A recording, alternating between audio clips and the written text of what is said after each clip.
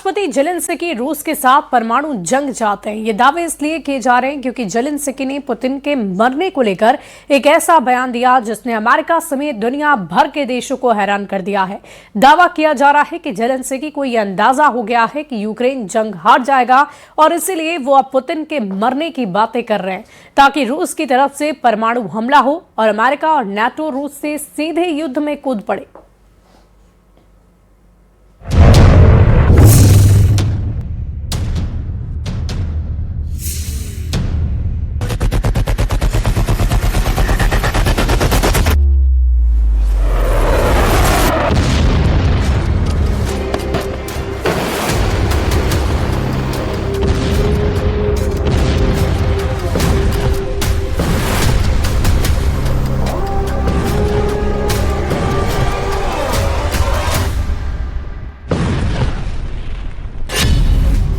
काश मर जाएं पुतिन, परमाणु जंग को तैयार जेलेंस्की। 1400 दिन से यूक्रेन रूस के हमलों का सामना कर रहा है। रूसी दावों के मुताबिक यूक्रेन का 27% से ज्यादा इलाका रूस के कब्जे में आ चुका है, लेकिन उसके बावजूद जेलेंस्की यूरोप के चक्कर में फंस करके ऐसे दावे और बयान दे रहे हैं जो अब युद्ध को परमाणु युद्ध या फिर तीसरे विश्व युद्ध में कभी भी बदल सकती है। राष्ट्रपति जेलेंस्की ने सबसे हैरान करने वाला बयान राष्ट्रपति पुतिन के खिलाफ दिया, जिसने आग में घी डाल दिया है। क्रिसमस के मौके पर जेलेंस्की ने दो टूक कहा कि वो चाहते हैं कि पुतिन जल्द से जल्द मर जाएं ताकि युद्ध को रोका जा सके। जेलेंस्की के इस बयान से रूस में भयंकर कोहराम मच चुका है। शांति के जो दावे और तैयारियां की जा रही थी, उसको जेलेंस्की के बयान से गहरा झटका लगा है। आप इसी से अंदाजा लगा सकते हैं कि पुतिन ने जेलेंस्की के जंगी जुनून को देखते हुए यूक्रेन का साथ देने वाले ब्रिटेन, फ्रांस और जर्मनी के खिलाफ सख्त एक्शन शुरू कर दिया है। पुतिन के सबसे ताकतवर बम वर्षकों में से एक Tu-95MS भारी हथियार, बम और मिसाइलों के साथ ब्रिटेन की सीमा के करीब तक पहुंच गए। लगातार 8 घंटे तक Tu-95MS ने उड़ान भरी और ब्रिटेन को दिखा दिया कि रूस किसी भी वक्त ब्रिटेन पर बम वर्षकों से हमला कर सकता है। हम आपको यह भी बता दें कि कैसे ब्रिटिश स्टॉर्म शैडो मिसाइल ने रूस में भारी तबाही मचाई हुई है, जिसकी वजह से रूस ने यूक्रेन का साथ देने वाले ब्रिटेन पर सीधा हमला एक तरह से शुरू करने का संकेत दे दिया है। हम शुरुआत करते हैं उस खबर से जिसने रूस को परमाणु जंग करने के लिए मजबूर करना शुरू किया। काश मर जाएं पुतिन, अब नहीं रुकेगा युद्ध। राष्ट्रपति जेलेंस्की हर हाल में राष्ट्रपति पुतिन को मरा हुआ देखना चाहते हैं। जेलेंस्की हर हाल में रूस की बर्बादी देखना चाहते हैं। जेलेंस्की हर हाल में चाहते हैं कि किसी तरह से नेटो के 32 देश और यूरोपियन यूनियन के 27 देश मिलकर के रूस को तबाह कर डालें। जेलेंस्की हर हाल में जंग जीतना चाहते हैं, चाहे भले ही अगले 4 साल तक जंग क्यों ना होती रहे। जेलेंस्की की इस ख्वाहिश या हसीन हसरत के पीछे वो कड़वा सच है जिसने यूक्रेन के साथ साथ यूरोप को भी दुनिया के सामने बेनकाब कर दिया है।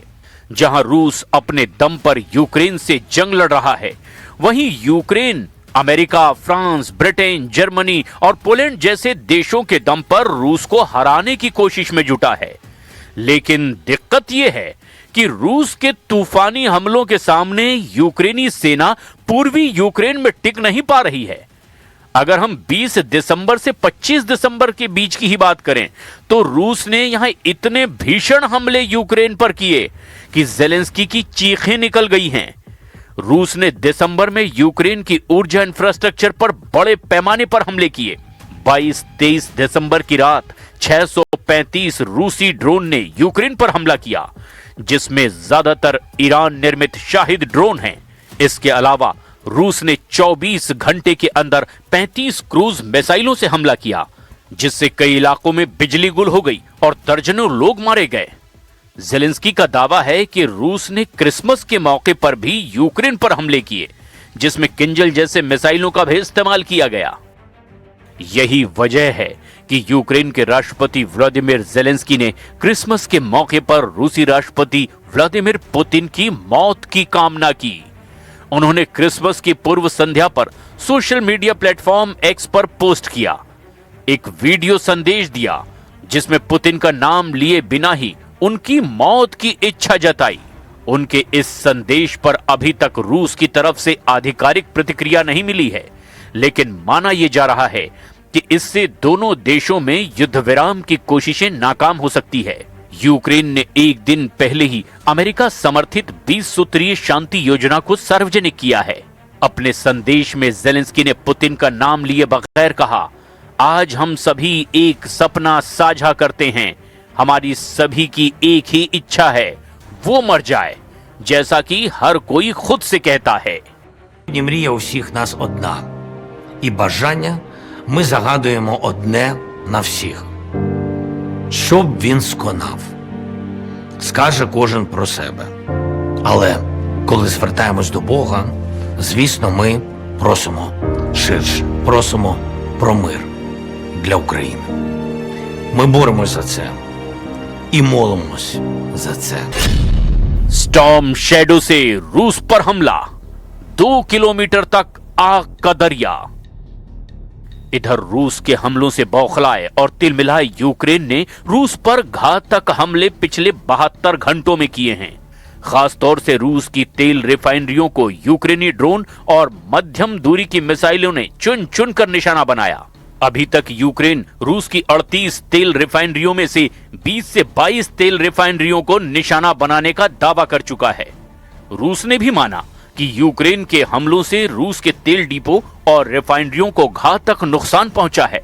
रूस पर यूक्रेन अब ब्रिटेन से मिले स्टॉर्म शैडो मिसाइलों से अब काफी अंदर तक हमले कर रहा है। यूक्रेन ने रूस के तेल और गैस से जुड़े ठिकानों पर मिसाइल हमले तेज कर दिए हैं। इसके लिए यूक्रेन ने ब्रिटेन से मिले स्टॉर्म शैडो क्रूज मिसाइलों और अपने देश में बने लंबी दूरी के ड्रोन का इस्तेमाल किया। यूक्रेन के जनरल स्टाफ ने बताया कि उनकी एयरफोर्स ने स्टॉर्म शैडो मिसाइलों से रूस के रोस्तोव क्षेत्र में स्थित नोवोशख्तिंस्क तेल रिफाइनरी पर हमला किया। इसके अलावा यूक्रेन के सुरक्षा एजेंसी एसबीयू ने बताया कि उसके स्वदेशी लंबी दूरी के ड्रोन ने रूस के क्रास्नोदार क्षेत्र के टेमरयुक बंदरगाह पर मौजूद ऑयल टैंकों को निशाना बनाया। साथ ही दक्षिण पश्चिमी रूस के ओरेनबर्ग इलाके में स्थित एक गैस प्रोसेसिंग प्लांट पर भी ड्रोन हमला किया गया। ओरेनबर्ग का ये गैस प्रोसेसिंग प्लांट दुनिया का सबसे बड़ा प्लांट बताया जाता है। ये यूक्रेन की सीमा से करीब 1400 किलोमीटर दूर स्थित है, जिससे यह साफ होता है कि यूक्रेन की हमलावर क्षमता अब काफी दूर तक पहुंच चुकी है।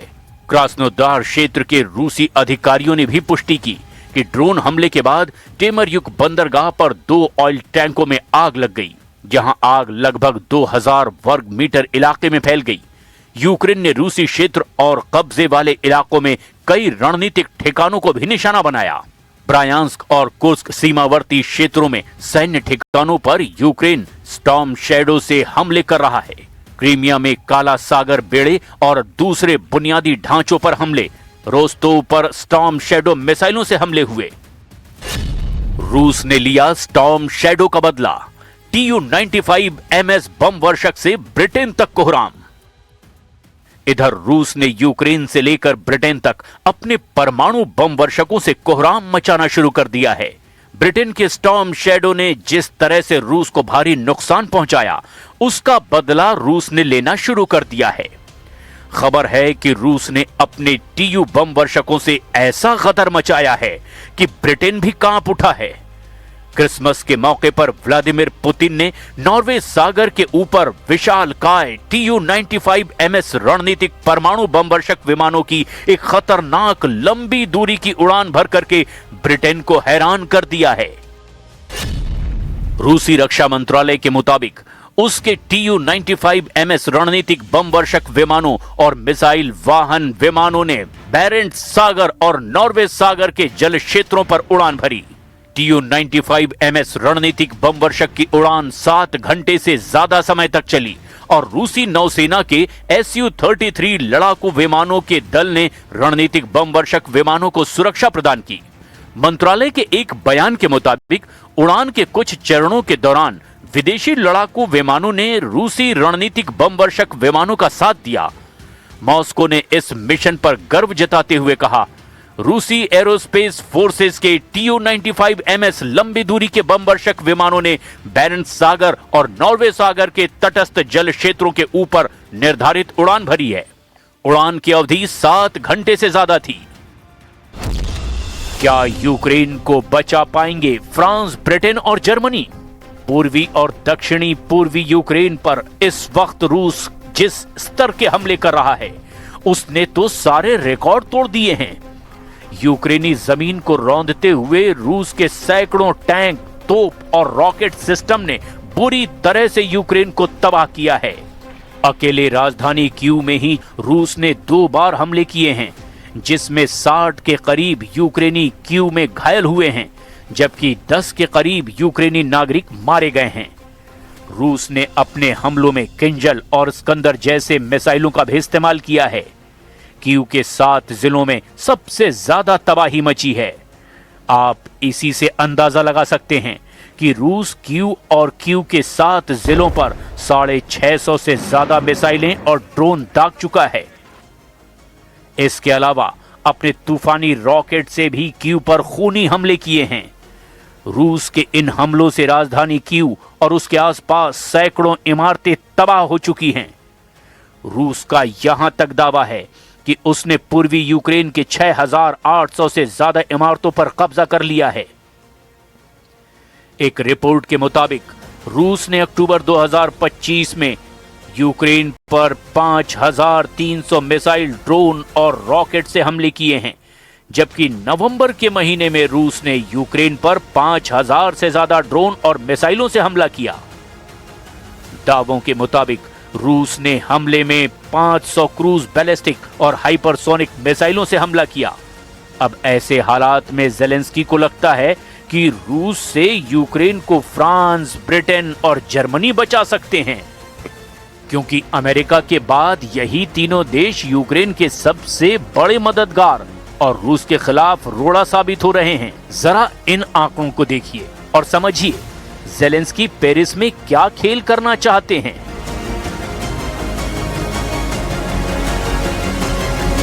Важчих моментів нашої історії. Зараз тиск на Україну один з найважчих. Зараз Україна може опинитися перед дуже складним вибором. Або втрата гідності, або ризик втрати ключового партнера. Або складні 28 пунктів, або вкрай важка зима. Найважча та подальші ризики. He was sort of Well, attending he'll have to like it, and if he doesn't like it, then, you know, they should just keep fighting, I guess, you know. लेकिन 38,21,000 करोड़ रुपए के हथियार लेने के बावजूद यूक्रेन रूस को हरा नहीं पाया है, बल्कि उल्टा रूस ने यूक्रेन को बुरी तरह से रौंद डाला है। रूस ने कीव ओब्लास्ट में यूक्रेनी ऊर्जा बुनियादी ढांचे को निशाना बनाते हुए एक और संयुक्त मिसाइल और ड्रोन हमला किया। रूसी सेना ने 36 मिसाइलें लॉन्च की है, जिनमें से 5 किंजल और 4 स्कंदर एम बैलिस्टिक मिसाइलें और 23 KH-101 स्कंदर के और 4 KH-59-69 क्रूज मिसाइलें भी शामिल हैं। इसके अलावा 596 शाहिद और केरबेरा प्रकार के ड्रोन से यूक्रेन में हमले किए गए। रूस की 12 KH-101 स्कंदर के, 4 स्कंदर एम और 2 KH-59-69 मिसाइलों से हमले हुए हैं, जिसने यूक्रेन के 22 जगहों को तबाह करके रख दिया है। कुल मिलाकर रूस अब यूक्रेन से लेकर यूरोप तक ये दिखाना चाहता है कि जब तक रूस के सारे मिशन यूक्रेन में पूरे नहीं हो जाएंगे, तब तक रूस को रोकना और हराना नामुमकिन है।